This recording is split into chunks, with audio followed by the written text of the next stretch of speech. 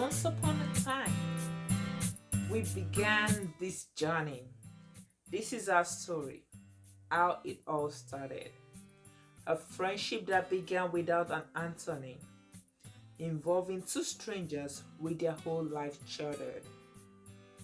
Gradually, life made them lovers they couldn't do without. Partner in progress was what he wanted for sure. Soon they were set to be married, not a doubt. Not a doubt. And so they were in love without a cure. How could this ever be?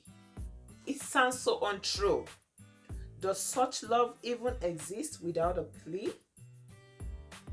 This is our story. With grace we carry through.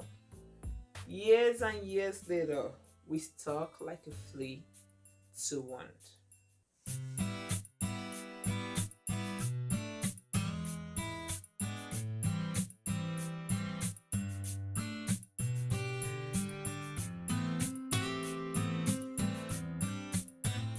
Hello friends, welcome back to my channel Beyond Baking with Ebzy. I am Eboluwa Ajala, aka Ebzy. This is Beyond Baking where we bake, we learn, have real life discussion with real life people and lifestyle.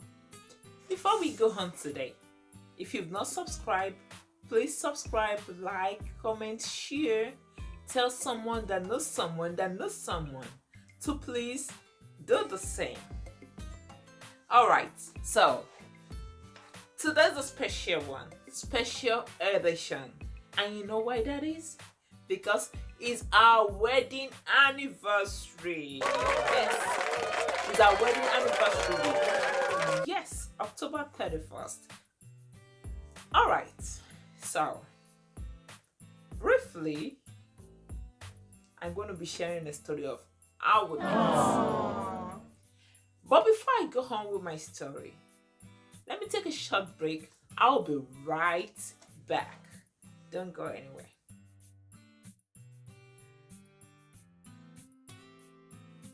Alright, welcome back again. I'm sharing my own version of how we met. Myself and my husband, CJ Sunimi Ajala. We attended the same university. It was in his third year and I was in my first.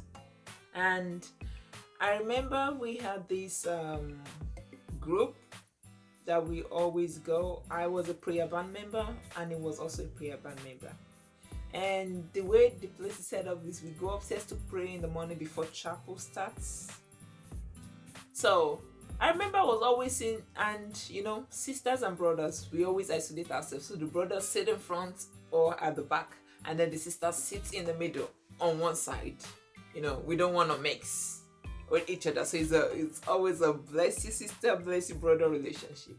You know, and I could remember clearly that it was always having this black folder. Like, you know, I was on 100 level and I saw this tall, handsome guy, corporate with that tie, you know, and in those days those bootcut trousers.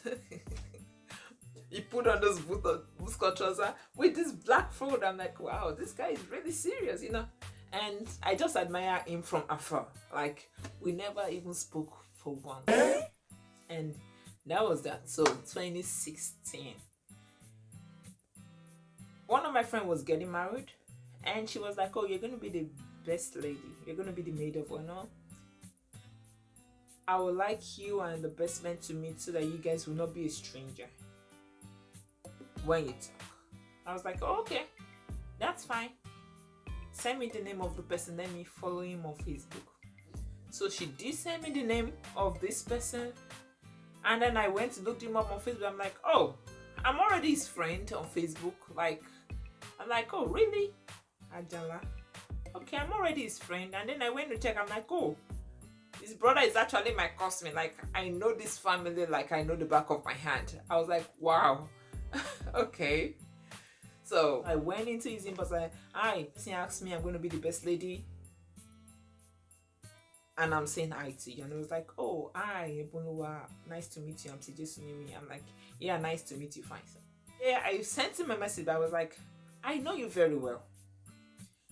This is the name of your brother. Your brother studied mass communication in Bowen University. This was the name of his project supervisor. This is this. You were in prayer band while you were in Bowen. You joined your state group and this, and I started downloading everything. So yeah. And came back and was like, oh yeah, my brother confirmed. So I went into my archive and I sent him a picture that we took when we were doing our internship with his brother. We went from Facebook inbox to WhatsApp. Backstory: I was in a relationship, and this was in 2016 November. Let me say I was in an uncertain relationship. Let me put it that way. Yeah, it was uncertain because I've been in and out of relationship, and I really wanted that particular relationship to be the last one I would go into. So, but things started unfolding, and I was so uncertain. But I wanted it to work by all means. When God is telling you, this is not, you're trying to force it through, that this must work. Yes, I was doing that. I was trying to force it through, that this must work. This relationship must work out. Like, it must work out. It must be my last. And, we talk once in a while. We just talk, sending messages, plain English, good English, very eloquent. Like, yes, it could be a lot of epistle, but very eloquent and very interesting to read. Precise, straight to the point, and he ends it with, goodbye, I cherish you. Very straightforward. Anyway, so it went on like that. We were friends for a while, and I was still in a relationship. So what did I do? Nothing. And a lot of things started happening. The person I was in a relationship with, apparently I was the only one in that relationship. He wasn't in it. So the relationship went off. He just stopped the communication. That was the guy I was in a relationship with. He just stopped the communication. Like, the communication just went off just like that. Like, I was really broken because I really wanted it to be my last relationship. Like, I'm like, God, I've been in and out of relationship. I can't continue to do this. Eventually, I let go. And that was that for that 2016. I saw who my husband was, and I was like, I don't even see his face. Like, he was holding a book for me. He was helping me with something. Like, so many things. I'm like, I don't even know who this person is. And one of my friends that we were praying together, I remember clearly, she told me, she was like, why are you hiding him? Just tell us you already found him already and stop hiding him. I'm like, who is the him? And she goes, that person that you always communicate with every day. Every day. Who is he? And I'm like, I don't even communicate with anybody every day. Like, I'm just on my own. I don't have anybody I communicate with every day, And she kept quiet. There was that time she came to, she was like, I had a dream that you already found this person. Like, just turn your prayer into praises already. I'm like, I haven't even found this person yet. And that was in January. Before then, in December 2016, I remember clearly, I got my wedding gown. I deposited for a wedding gown, but I was instructed not to get a new wedding gown, to go ahead and use that one. So I did some repairs on the wedding gown, and my wedding gown was ready. I remember my brothers laughing at me. I was like, wedding gown? Like, oh wow, what are you using the wedding gown for? And it was my elder brother that was getting married. He was getting married in June. Like, so truthfully, honestly speaking, what am I using a wedding gown for? Like, it sounded so unreal, so unrealistic. Like, how will you go and get a wedding gown? We're not even in a relationship. Like, are you seriously kidding me right now? Anyway, myself and my husband started communicating again, because he also stopped communication for a while. Once in a while when we talk, we have a long conversation.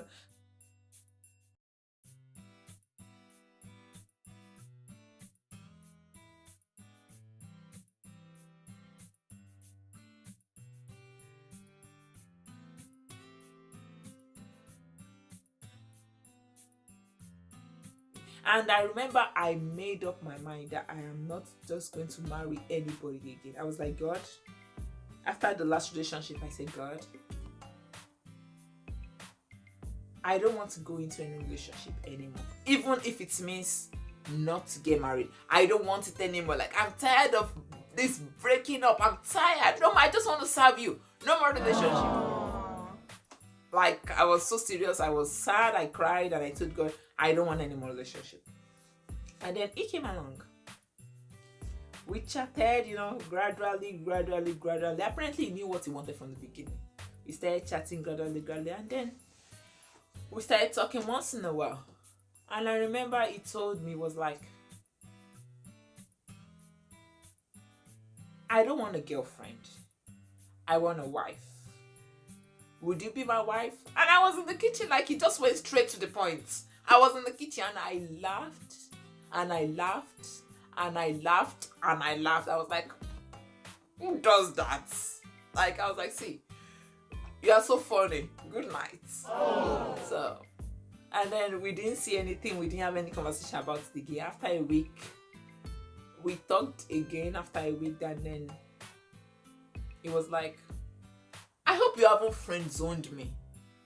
I'm like, you already know, you are already friend zoned. In fact, you are brother zoned. Like, Tijesunimi, Kole work. Just forget it. You are too serious. I don't want someone that is too serious. Like, you are too serious. I can't marry you. Like, don't even dream about it. Like, no. I remember I told him, I said, you know what? Some people are just meant to be left as friends. I said, because some relationship will not walk past the friendship stage. So it's better you just leave us at this level. Let's just be on the brother zone and sister zone that we have. And he was calm, and then he said, I'll wait for you, but don't keep me waiting for so long. Oh my God. Fast forward. I started having some revelations. I've been praying that, God, you have to reveal my husband to me. Okay, fine. Just reveal my husband to me. And if I'm not getting married, let me know. Just reveal who he is to me. And I started having revelations. Like revelation. One of the promise God gave me was in Genesis 26 verse 3. And it says, dwell in this land, and I will be with thee, and will bless thee. For unto you and your seed I will give these countries to, and I will perform the oath which I swore unto Abraham. And I was like, which land am I dwelling in? Like, God, you're speaking in parables. Which land? That's after the dreams and all. And I was like, what land? Like, I don't understand what is going on. And yes, I remember we started getting closer, and then, I was praying again. I'm like, God, I keep having revelations that people keep confirming. It's like, I can't even see what you are. I can't even see it. Like, who is this guy that everybody is saying that I'm already in a relationship with? And then I remember I had another Bible verse, like, clearly. I was doing my quiet time that day, and I saw this Bible verse, like, very clearly. And that's Deuteronomy 1 verse 8. And it said, see, I have set before you this land. Enter and take possession of the land that the Lord has sworn to you and to your descendants. And I'm like, I don't know what you're talking about, God. And later he kept coming, and we kept talking. We have discussions and all of that. And I remember there was a time I sent him a picture of my brother, his pre-wedding photo. I was like, oh, my brother's pre-wedding photo is out and all of that. Oh my God, they look so good together. And then after a while it was quiet, and I remember he said, this could be us, but you are running away. And I'm like, you play too much, just come off it. And he told me, he was like, I hope you haven't forgotten what I asked. And I was like, what did you ask me? And it's like, I asked to be my wife, and I'm serious. I don't want a girlfriend. I want a partner in progress. I want a serious commitment. And I'm like, Okay, I'll pray about it. All right, good night. And I ended that way. And there was a point, it got to a point that I already knew, but I didn't want it. You know, I already knew what it was, but I didn't want it. And there was a story behind it, because around that time, which was around March, the guy I was in an uncertain relationship with, that just ended the communication, and just like that, he came back. And he started putting all the blames on me and all of that. I'm like, no, I rebuke you, devil. And I remember there was a particular prophet that one of my friends insisted, you have to talk to this prophet. He sees things, he does this, he does that, and all of that. And after she insisted, I spoke to him and he was like, that's the guy, you have to go back to him. I don't know what is always wrong with, hey, you're more sinking, don't mind shaking now. You people are always too picky. If you want to remain single, just remain single, you know. And I was calm. I also had an instruction, you know. And I just told him, I told the prophet, I was like, all right, sir, what's the problem? Would you please do me a favor and go back to pray about this particular guy you are telling me that he's the one for me? And the man went mute. After a while, he called me back and he was like, well, the guy is not the one, but you can still work out with the problem. We can still work out. It's a problem that you can work out together in the future. And I remember I told him, thank you very much, sir. And I told God, I said, God, I do not want a problem I will work out together in the future. No, I don't want it. You told me do not go, and I'm going to follow that instruction. I don't know where you want me to go. Like you are telling me, you're just telling me a land that you show me. I don't know what that land is yet, but you are telling me do not go. And I'm going to listen to you and not go. There was a scripture that I just saw. As soon as I woke up, that was the scripture I saw on my screen. Like this Bible daily verse, that was the scripture that was on my screen. And as soon as I unlocked my phone, I went on WhatsApp. That was the scripture that was on this person's status. I was like, are you kidding me? And the scripture was Psalm 18 verse 30. And it says, as for God, his way is perfect. The word of the Lord is tried, is a buckler to those who trust in him. Yeah, March 13, 2017. So I knew that, okay, this is it.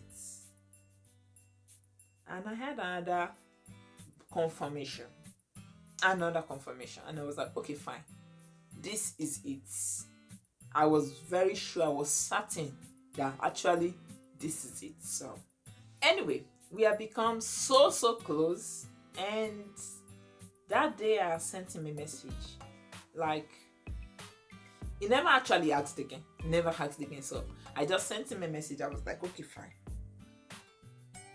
So I wrote it as a poem and I sent it to him. Aww. And the poem I wrote is, I said, I have read your notes even more than once. Your use and choice of word is catchy. Indeed, you have swept me off my feet. Can't say why, so consider this a bonus. Every word of yours is deep in meaning, and you are just so sweet. Let's wait and see if it will get better. It's not a child's play, and so it has to work. This is not even an open letter, but time will take us to the park when the future brings us together. Aww. It was like, I don't understand. I got your message. I'm like, yeah, I sent it. Like, is that a yes? Like, I didn't see a yes in there. Is that a yes? Like, are you saying a no? Like, tell me, is it a how try yes or no? I'm like, just give me till tomorrow. I'm telling you, let's wait and see. That's what the poem says. You just give me till tomorrow. I'll give you my final answer tomorrow. But right now, whatever you want to think about that, what that poem is, just think about it. So I didn't tell him anything. I remember 14th of May 2017. That was Mother's Day that year. And we went to church and we came back. There's always this Mother's Day celebration. So we were in church, and then we came back in the evening, late in the evening. And then I wrote this poem. Later at night, I sent him another response, which was my final response, which was actually how I responded to his proposal. Yeah. And we didn't actually see each other. No. And it's kind of weird. How will you not see who you want to marry? Like, what if that person is lying? Like, like I was just going blind, like, I'm just going. Like, we didn't see each other until 7 days to our wedding. He came to pick me up at the airport. My response to him, I said, I have thought it through and through. And yes, I would ride with you in this lifeboat. This journey is far. I'm confident we will break through. Having faith even as a keynote, with our hands still in hand, even after we've clocked 22. This friendship is solid. Other things has to be considered.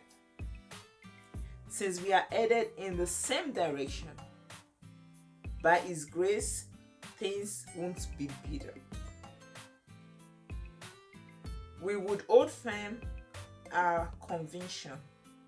Then I would ride along so everything can get better. Wow. Oh, wow. Like, he brought out the poet and everything in me.